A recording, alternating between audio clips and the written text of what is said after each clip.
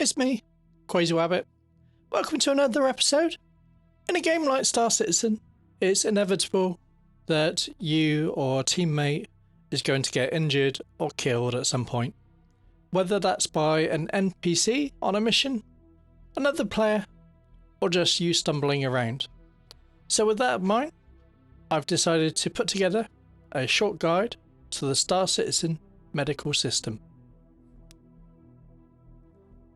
When you first choose your home location, the hospital associated with that location is going to be where your initial spawn point is. Anytime you get killed, that's where you're heading. You do, however, have the ability to change where you spawn, and that can be done in any hospital or medical centre in the verse. Many people prefer to change their spawn position to one of the many space stations so they do not have to spend time getting out the atmosphere again. The way you would do this is make your way to the chosen hospital or medical clinic and go to the reception desk to sign in. When you do this via the terminal, it's going to advise you a specific room to go to. Make your way to this room and enter, where you will then see a medical bed. While you're on this medical bed, you are going to be provided with two options. The first of which is the treatment option. When you choose this, the bed is going to scan you for any injuries and then fix them. The second option is to set your medical facility to this one. What that means in practice is this will then become your spawn point should you die. Medical beds come in three varieties: Tier 1, 2 and 3. Contrary to what you may think, Tier 1 is the best one and Tier 3 is the worst. So with that in mind, Tier 3. Tier 3 beds are for minor injuries. This first level of injuries decreases your maximum health pool, as well as introduces a few gameplay effects depending on where you were injured. If your arms are injured, your weapons will become harder to aim, and the damage done by melee attacks is reduced. If it's your legs, your move speed is reduced. Chest, your stamina is reduced, and your character will begin to wheeze. And finally, if it's your head, your vision will begin to blur, the audio that you hear will be muffled, and it will take longer to recover from a stun. No minor injury requires stabilisation. Tier 2. Tier 2 injuries are referred to as moderate injuries. A moderate injury requires a Tier 2 medical bed to heal, such as the medical bays of larger ships like the Carrack or 890 Jump. Moderate injuries greatly pronounces the effects seen in minor injuries, with a few additions. Moderate injuries will cause your character to start limping and audibly grunt in pain. If the moderate injury is sustained to the head or chest, stabilisation is required in a medical bed of any tier.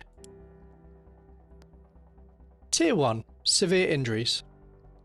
A severe injury requires a Tier 1 medical bed to heal, such as the ones found in the hospitals or clinics. Severe injuries escalate the effects of moderate injuries even further, with even more detriments added. A severe injury to your legs will force your character into a prone state, with no ability to stand or crouch. If it's your arms, your character will not be able to hold objects. Severe injuries to the head and or torso will also require stabilisation in any medical bed. So you may have heard me mention stabilisation. This is effectively what in the real world an ambulance or paramedic would do to a patient while they transport them to a hospital. It does not mean you're curing them. They're still going to need the high tier med in order to fix themselves, but you can slow down the potential of them dying. Vehicle medbeds. All three types of medbed are also available in specialised ambulance vehicles, such as the Apollo or Cutlass Red, but these work a little different than the medical beds you will find in hospitals. Vehicle medbeds also have a spawn area around them, so you need to make sure you're within that vehicle's spawn area to spawn back in that vehicle. The better the tier of medbed, the better the spawn radius. Also, unlike hospital and medical centres, these respawn points are not free. Vehicle medbeds require something called medgel to work, which is not in indefinite supply and is very expensive to purchase. At the time of writing, a medgel pack price is currently 100,000 credits. Each medgel pack will only let you respawn a certain amount of times, so if you are the owner of one of these vehicles, you may wish to restrict how many people can set a spawn point, or maybe make them provide you with a medgel pack in form of payment. How to call for help. You may be out on a mission and some lucky bugger gets a good shot and takes you out. Death is not immediate, as often you're merely incapacitated. There's little you can do in terms of movement, but you still have a couple of options. The first of the options is just to say, I have no chance of rescue, let's end it and respawn. So to do this, you simply need to hold down the backspace button to kill yourself. This is fine for the moment, but eventually you're not going to want to use this option, as it is the intention of CIG to introduce Death for Spaceman, which, if you do not know, is only a limited amount of respawns with your body gradually deteriorating over time till eventually you can't respawn anymore, causing you to become a new character that inherits only a portion of everything you previously worked for. As you can imagine, this could be devastating if you've been grinding and built up your in-game inventory. So my advice would be to get into the habit of sending up a medical beacon when you've been incapacitated, so that another player can choose to come and get you and revive you. There are players out there whose sole wish is to be your knight in shining armour and come and save you. To send up a medical beacon once you're incapacitated, simply hold the M key and it will fire off the medical beacon for somebody to accept.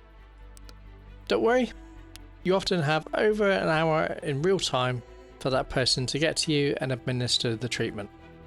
You do need to know though that the person is not going to do it for free. For the medical personnel that accept the medical beacon, you will pay 50,000 credits to take you to the nearest medical drop-off point area located in any of the hangars. Self-treatment.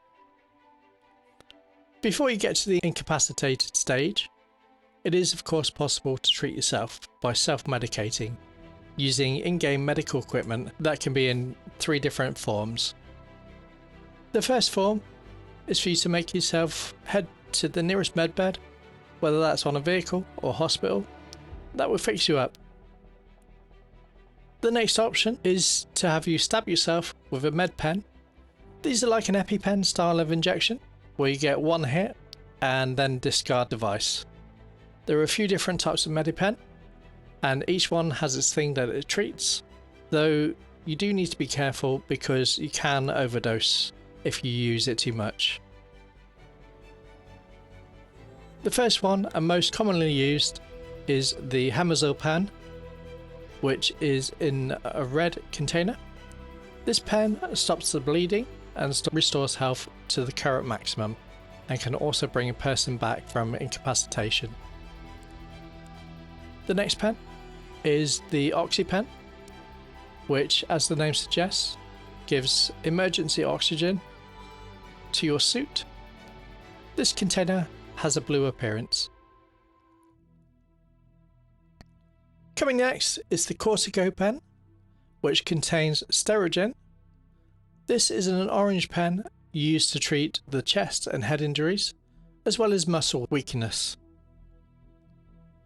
Next is the Adrenopen, which contains Demoxetrine. This comes in a purple colour and is used to treat movement, handling and concussion. Next up is the green in colour Opioid pen, which contains the chemical Roxafen. This is used for severe Tier 1 injuries to debuff the effects for a certain amount of time. Coming up next is the Deacon pen.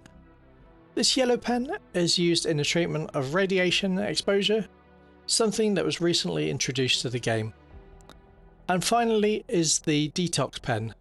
This contains Regeneration and is used to counter the effects of an overdose if you've injected yourself with too much medication. This comes in a black container. Medguns. Almost everybody carries a multi-tool, and if you don't, you probably should. As well as the mining, salvage and tractor beam attachments, there's also the grey cart lifeguard module. This will allow you to treat either yourself by using the right click of your mouse or another person by aiming at them and pulling the trigger. This will deliver a dose of Hemozal to the person, so basically like having a red Medpen. But the advantage of this is it's refillable and you can keep it in your armour. To equip it, you just need to bring up your multi-tool and press the J button to customise it, and then you can choose between your particular modules. If you really want to go beyond this, you have the Curalife Paramed device, which is the current top tier device for medical treatment. This gun has two separate modes. The first is basic, and much like the grey cart lifeguard attachment, delivers Hemozal to the patient, but where the Paramed separates itself is if you choose the advanced option by using your F key, you can select from a delivery of a multitude of other drugs that are previously listed before, making this the ultimate paramedic tool. Another advantage of using the guns is they also have a scanning function, which allows you to diagnose the area you need to treat more effectively.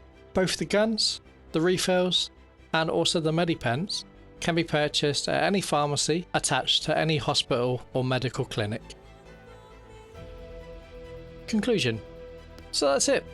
That is the Cwazywabit breakdown of the medical system in the Star Citizen. Play the game for long enough, you'll end up using some aspect of it. If you thought it was interesting, I'd really appreciate it if you gave the channel a follow. Also, maybe consider joining the Patreon, where you get any videos I do early before release on YouTube. As usual, all links are in the description, and a big thank you to Cool Guy who allowed me to shoot him to get the footage I wanted. This is me, Cwazywabit. See ya.